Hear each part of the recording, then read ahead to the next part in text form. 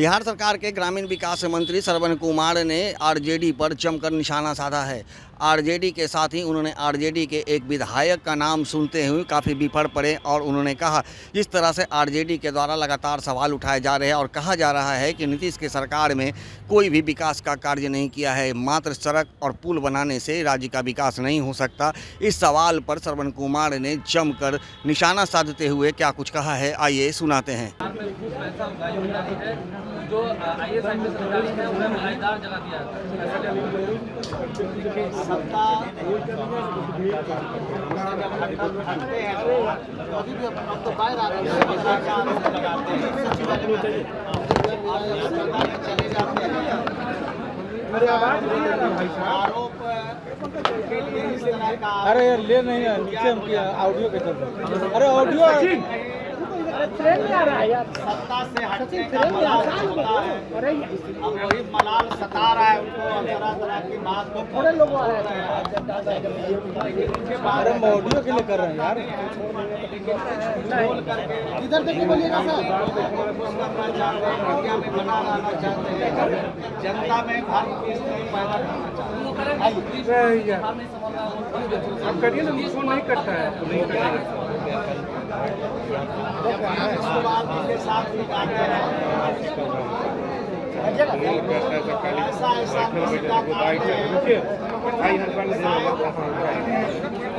इधर अरे शांत करवाइए सर पहले। और जब हटते हैं इस तरह का गलत आरोप लगाते हैं, लगता है कि सीधा अरे शांत करवाइए। हाथ से निकल जाती है तो इसी तरह की आवाज़ उनके मुंह से निकलता है। ओछी बात, छोटी टिप्पणी करके वो अपना नुकसान कर रहे हैं। बिहार की जनता, देश की जनता देख रही है कि जब सत्ता में जाते हैं तब क्या बोलते हैं और सत्ता से बाहर होते हैं तब क्या बोलते हैं। जब नीतीश कुमार जी के बगल में बैठते हैं तब क्या बोलते हैं, हटते हैं तब क्या बोलते हैं। 2025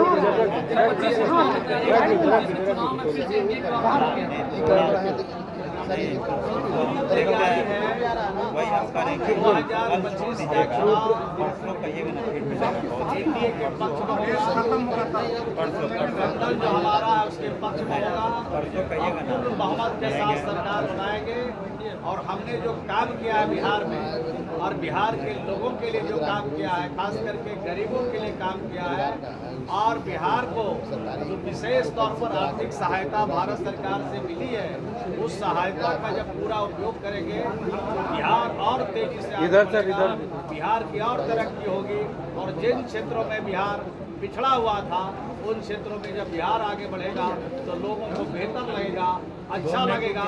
और इस कारण से फिर हम एनडीए की सरकार बनाएंगे और भारी बहुमत से सरकार बनाएंगे। ये का कुनबा लगातार बढ़ रहा है, कह रहे हैं कि 25 में एनडीए का टुकड़ा साफ हो जाएगा। आने दीजिए टाइम, इधर भी सर तब सब पता चलेगा।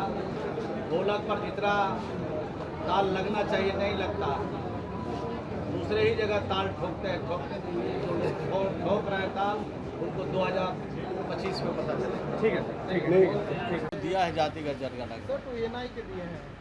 हाँ ठीक है, अकेले लिया तो लोग अकेले नहीं ले रहे हो। बिहार ने दिरिया दली दिखाया। बिहार की सरकार और बिहार के लोकप्रिय मुख्यमंत्री ने जो काम किया है, आज पूरे देश का ये डिमांड है। आज की जो परिस्थितियां हैं, पूरा देश चाहता है कि जाति आधारित गणना हो, सामाजिक आधारित गणना हो और उसका फलाफल सामने आए। तो बिहार की सरकार ने तो ये काम कर दिया। और ये जो कुछ नेता जो हैं, इंडिया गठबंधन के जो नेता लोग हैं, सिर्फ अखबार में, मीडिया में बने रहने के लिए कुछ ना कुछ बात उठाते रहते हैं।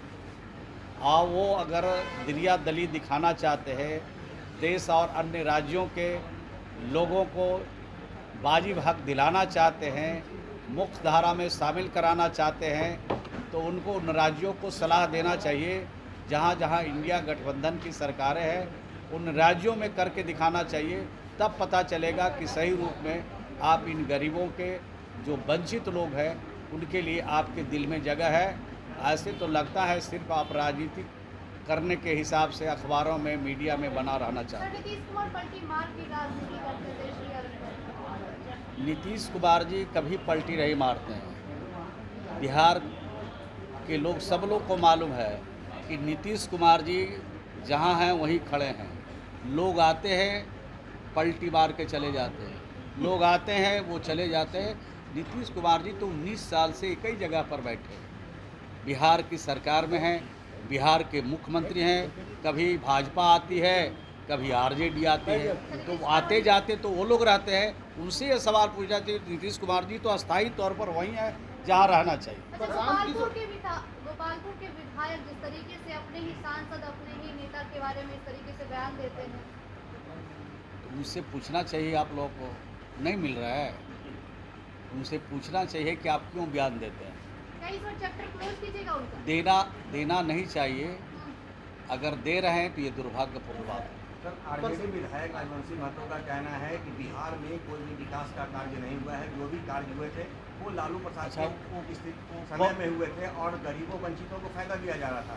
लेकिन आज जो है नीतीश के राज्य में सिर्फ रोड और सड़कें और पुल पुलिया बनाने से वो विकास का कार्य नहीं है। गरीबों को सेवा करना चाहिए, गरीबों को उत्थान के लिए काम करना चाहिए। सब कौन बड़का नेता है जिनका बात हमसे बोलवा रहे हैं? क्या है वो? कह तो रहे हैं कि आरजेडी क्या है कह रहे हैं, वो? क्या आरजेडी का प्रवक्ता है? क्या है? विधायक तो है। विधायक है तो विधायक का जवाब देने के लिए यहाँ बैठा हुआ है बिहार सरकार का मंत्री। सदन में उनका जवाब देंगे जो प्रश्न उठाएंगे। इतनी बात मैं बता देना चाहता हूँ कि बिहार में सिर्फ सड़कों का जाल नहीं बिछा। बिहार में सिर्फ और सिर्फ गरीबों का भला नहीं हुआ। बिहार में सभी समाज के लिए हम लोगों ने काम किया और बिहार ने जो काम किया उसका जोड़ा देश का कोई राज नहीं लगा सकता है।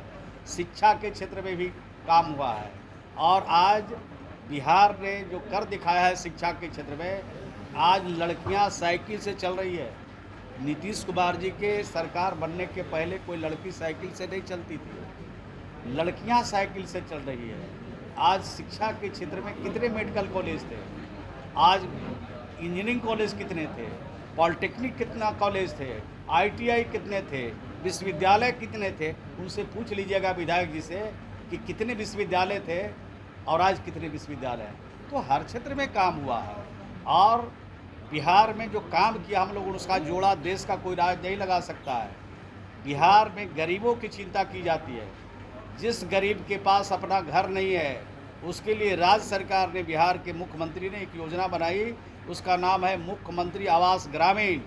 और उनको जिसका प्रधानमंत्री के सूची में नाम नहीं है उसको राज्य के संसाधन से घर बनाते हैं। और अगर ज़मीन नहीं है और सरकारी ज़मीन भी उस गांव में उपलब्ध नहीं है तो 1 लाख रुपया ज़मीन खरीदने के लिए देते हैं।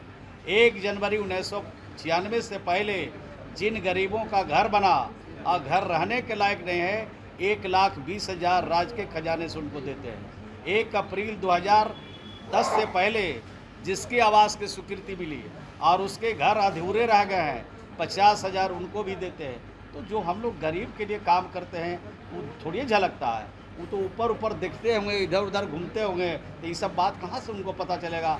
ज्ञानवर्धन के लिए तो सरकार की जो योजनाएं हैं वो योजनाओं को देखेंगे तब उनको पता चलेगा। धन्यवाद। चलिए पहले जन सुनवाई हो रही है भाई। का अवतार बताया है हिराल मंसूरी ने तेजस्वी यादव है कृष्ण का अवतार सरकार में आएगी तो पापियों को नाश कर देगी। तो नाश करने से उनको कौन रोक रहा है?